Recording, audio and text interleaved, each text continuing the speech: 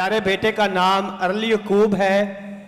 ये इंडिया तमिलनाडु से ताल्लुक़ रखता है और ये इस कलीसिया में आया और इसकी माँ बहुत सख्त बीमार थी। ब्लड प्रेशर की वजह से सर में ब्लड के क्लॉट्स थे, जिसकी वजह से हाथ जो थे सुन्न हो चुके थे और पाँव जो काम करना छोड़ चुके थे।